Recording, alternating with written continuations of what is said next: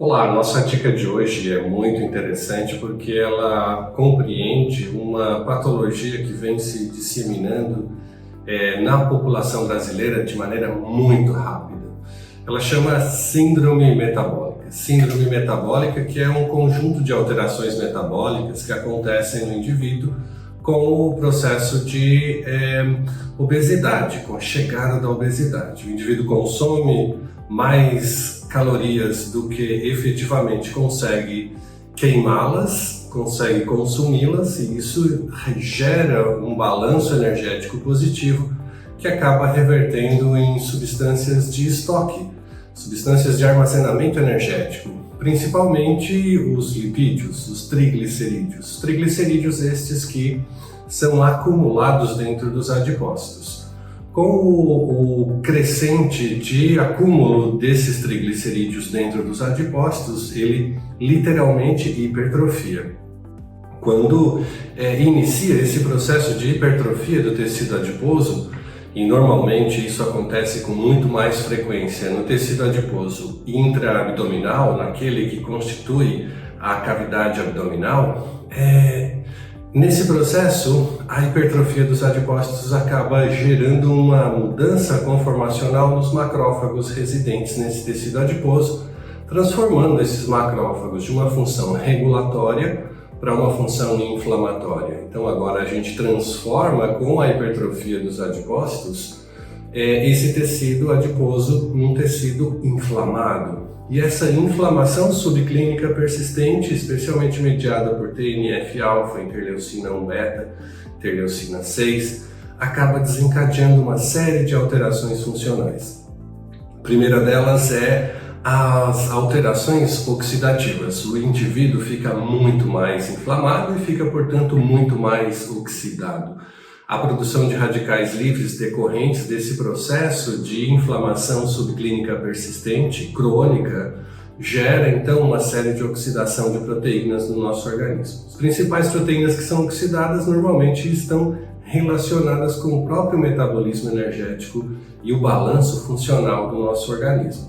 Como é que isso acontece? A oxidação desses receptores relacionados ao sistema metabólico, incluindo aí receptores de insulina, gera o que a gente chama de resistência à insulina, a oxidação de receptores de ACTH lá na córtex adrenal, que gera o que a gente chama de fadiga adrenal associado ao processo da própria síndrome metabólica, e gera também alterações conformacionais em receptores relacionados ao TSH lá na tireoide. Então nós temos oxidação de receptores de TSH, o que diminui a funcionalidade tireoidiana. Vejam que a síndrome metabólica, muito mais do que os seus sintomas, elas também causam alterações endócrinas e metabólicas. Claro, porque a insulina é o responsável pela captação de glicose para dentro das células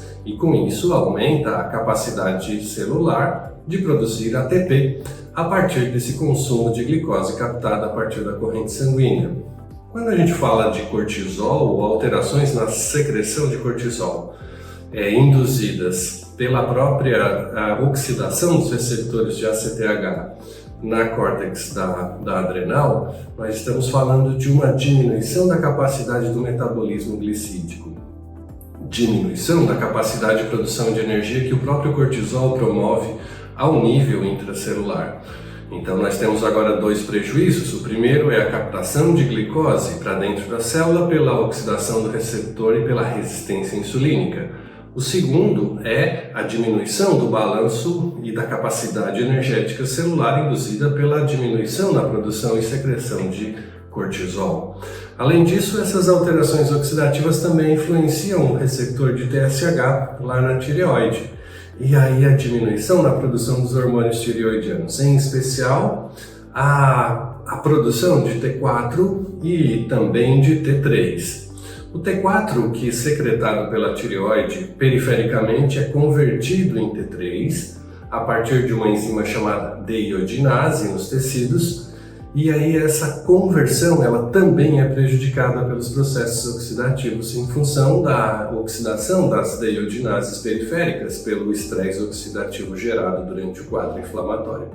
Veja que é interessante que, muito mais do que as condições clínicas que a gente avalia o nosso paciente portador de síndrome metabólica, nós estamos agora descobrindo e compreendendo todos esses mecanismos relacionados ao processo que leva à ocorrência, como gênese do processo, leva à ocorrência desses sintomas. E a gente vai falar dos sintomas daqui a pouquinho.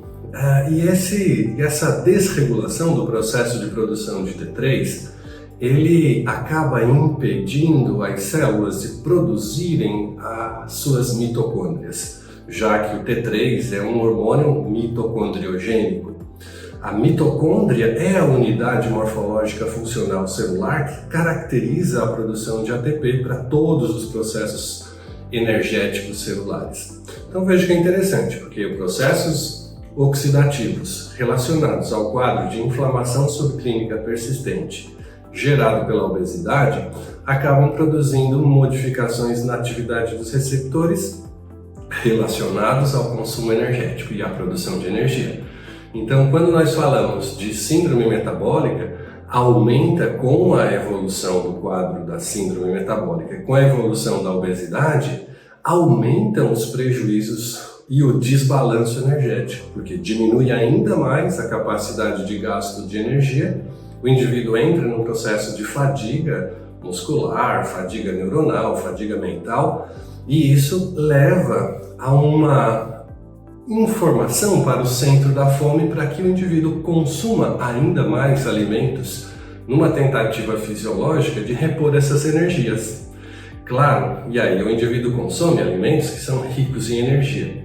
De novo, reestrutura e reforça o ciclo de geração da síndrome metabólica, porque o desbalanço energético fica ainda maior nesse contexto.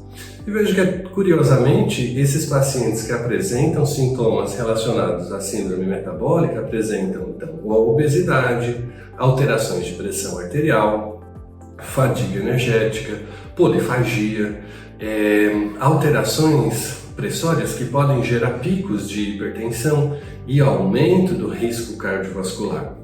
Todas essas informações, elas acabam sendo conduzidas e gerando esses sintomas, e esses sintomas podem ser então tratados, assim como todas essas alterações endócrinas, pelo manejo fisiológico, associando-se aí um tratamento fitoterápico muito interessante. E a gente tem aqui algumas dicas para vocês de como tratar a síndrome metabólica utilizando protocolos de terapia fitoterápica, usando as plantas medicinais como um apoio, como um suporte integrativo para o manejo da obesidade e da própria síndrome metabólica e seus efeitos clínicos.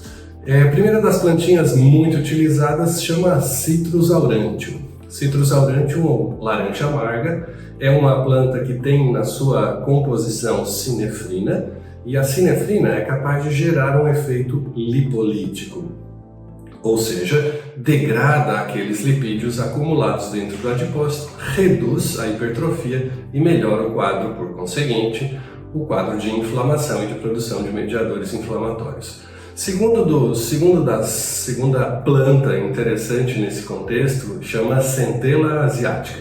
Centella asiática reforça o sistema vascular, melhora as condições de estresse gerado pela própria falta e fadiga energética celular, então diminui a ansiedade pelo consumo do alimento, tem um efeito ansiolítico discreto, além de ter um efeito cardioprotetor vascular, protetor também do sistema vascular, e garante com isso uma melhora clínica e uma diminuição do risco cardiovascular associado.